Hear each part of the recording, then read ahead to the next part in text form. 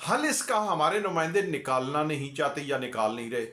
Traffic والوں کو تو چلیں قصور شاید اس وقت انہوں نے چشم پوشی کی اور وہ ٹریفک جس کی وجہ سے آؤٹ آف کنٹرول ہوئی اور وہاں پہ وہ کسی جگہ پہ بلاکیج آ گئی، اسی وجہ سے پھر اتنے منٹ وہاں پہ ویسے بھی سارے لوگ فیملیز بچے وہاں پہ اس میں پھنس گئے.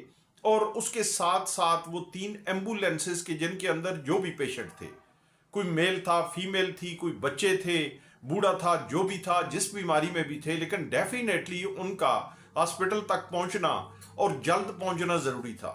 Without any hindrance, without any hurdle ان کا وہاں پہ پہنچنا ضروری تھا، کیونکہ ڈیفینیٹلی ان کے لیے ان کی وہ منزل جو ہے وہ ہاسپٹل تھا جہاں پہ جا کے ان کو کوئی ٹریٹمنٹ ملنی تھی یا جو بھی ان کا پروسیس ہونا تھا.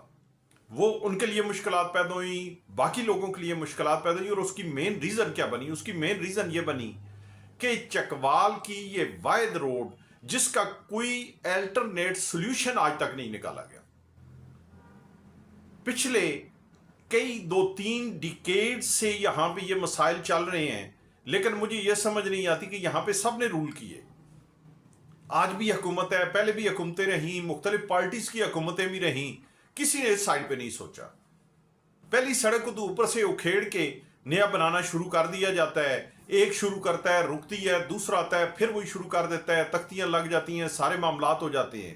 لیکن جو کام کرنے والے ہیں کہ یہاں پہ اوور ہیڈ بنا دیا جائے، یہاں پہ انڈر پاس بنا دیا جائے، یہاں سے ٹریفک کی روانی کے لیے آپ دیکھیں کہ تحصیل چوک کے تھانہ سٹی کے بالکل ساتھ ایک جگہ تھی جہاں سے دکانیں لوگوں کی گروا دی گئیں اور یہ ڈکلیئر کیا گیا کہ یہ جگہ گورنمنٹ کی ہے، یہ گورنمنٹ نے ایکوائر کر لی. بھائی بالکل ٹھیک ہے، کس پرپس کے لیے کہ یہاں سے روڈ کھلا کرنا ہے. آج آپ دیکھیں تو وہاں پہ ایک جنگلہ لگا کے، ایک چھوٹا سا پارک بنا کے، اور سامنے ایک ٹرک کی اس کے اوپر جو ہے وہ نقش و نگار ایک دیوار کے اوپر بنا دیے گیا. کیا پرپس ہے اس چیز کا؟ اگر آپ نے روڈ کھلی کرنی تھی، اگر آپ نے وہ دکانیں گرائیں تو وہاں پہ اس روڈ کو آپ کھلا کرتے، وہ جگہ آپ کھلی آپ کرتے تاکہ کم از کم وہاں سے ٹریفک آسانی سے گزر سکتی. پھر آپ یہاں پہ اوور ہیڈ بنانے کا سوچیں. جتنے بھی بڑے شہر ہیں باقی شہروں میں، وہاں پہ اکثر دیکھنے میں آیا ہے کہ وہاں پہ ٹریفک کی روانی اسی لیے ہوتی ہے کہ وہاں پہ اس قسم کی فیسلٹیز جو ہے وہ پرووائڈ کر دی جاتی ہیں. ہمارا یہاں پہ کوئی نہیں ہے. یہاں پہ اداروں کو آگے لے کے جانے کی بجائے افسوس ہوتا ہے کہ ایک یہاں پہ پوسٹ گریجویٹ کالج تھا، ان بچوں کو یہاں سے اٹھا کے اور پنوال جا کے چھوڑ آئے، یہاں پہ یونیورسٹی بن گئی. بھائی خدا را اور جگہ تھوڑی پڑی ہیں، آپ چکوال کو آگے لے کے جائیں، چکوال کی بہتری کے لیے آپ سوچیں.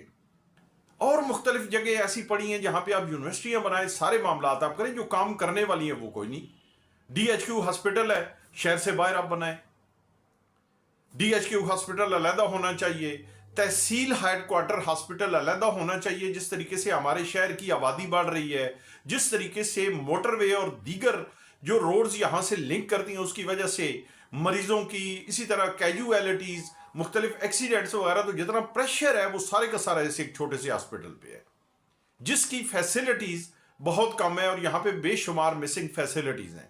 تو میری آپ سب سے گزارش آج کے اس ویلاگ کے حوالے سے یہی ہے کہ یہ کیونکہ بالکل ایک ریسنٹ میں پریکٹیکلی یہ سارے وہ سلسلہ میں نے دیکھا تو مجھ سے رہا نہ گیا، اور میں نے یہ ضروری سمجھا کہ میں اپنی آواز آپ کی آواز کے ساتھ شامل کروں.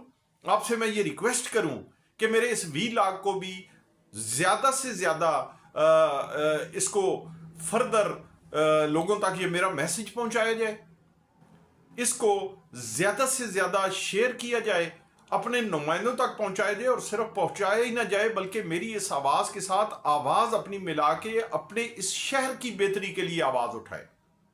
انڈیویجول معاملات ہم ہر روز لے کے جاتے ہیں، گلی بنا دیں، نالی بنا دیں، یہ کر دیں، وہ کر دیں. جو اصل مسئلے ہیں، اگر ایک یہاں پہ سلسلہ شروع کیا تھا تنویر اسلم سیتی صاحب نے، میں ان کو اپریشیٹ کرتا ہوں، اور کسی حد تک انہوں نے اس میں کام کیا بھی کہ انہوں نے چوہ سیدن شاہ روڈ کو بھون روڈ کے ساتھ ملایا. پہلے بھی روڈ بنوائی، اب دوبارہ وہ روڈ بن رہی ہے. اس کے علاوہ آپ دیکھیں کہ رنگ روڈ کے اوپر کوئی کام ہوا.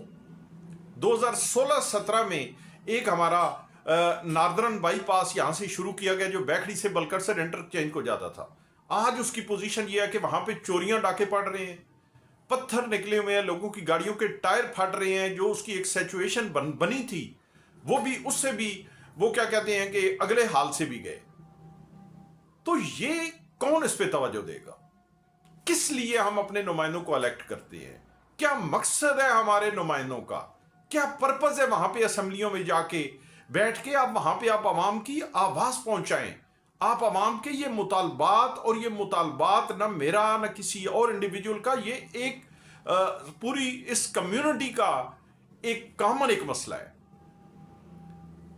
اس مسئلے کو اگر آپ حل کریں گے تو آپ حق نمائندگی ادا کریں گے میری اپنی سمجھ بوجھ کے مطابق. تو خدا را آپ اس پہ کام کریں. اس چکوال کے گرد ایک رنگ روڈ ہونی چاہیے تاکہ یہ بڑی ٹریفک ساری وہاں پہ چلی جائے، شہر کے اوپر سے ٹریفک کا برڈن ختم ہو. اور secondly D H Q hospital ضرور بننا چاہیے. ڈی ایچ کیو ہاسپٹل شہر سے باہر بنے گا، تحصیل ہیڈ کوارٹر ہاسپٹل شہر سے باہر بنے گا تو انشاءاللہ ہمارے شہر کے اندر یہ جو مسائل ہیں یہ مسائل پراپر طریقے سے حل ہوں گے. نہیں ہوگا تو سڑکیں ہم بناتے رہیں گے، ایک بنائے گا، دوسرا آئے گا اسی کو آ کے پھر شروع کر دے گا، تیسرا آئے گا اس کو آ کے پھر شروع کر دے گا. ہم لوگ اسی میں سے انہی گلیوں کی اینٹیں اکھیڑ کے قبرستان کی دیواریں بناتے رہیں گے، قبرستان میں سے مٹی اٹھا کے سڑکوں پہ ڈالتے رہیں گے، اور اسی طریقے سے ہم آٹے کے ساتھ آٹا جو ہے وہ تبدیل کرتے رہیں گے، اور اپنے آپ کو بھی دھوکہ دیتے رہیں گے، اپنی عوام کو بھی دھوکہ دیتے رہیں گے. بہت شکریہ.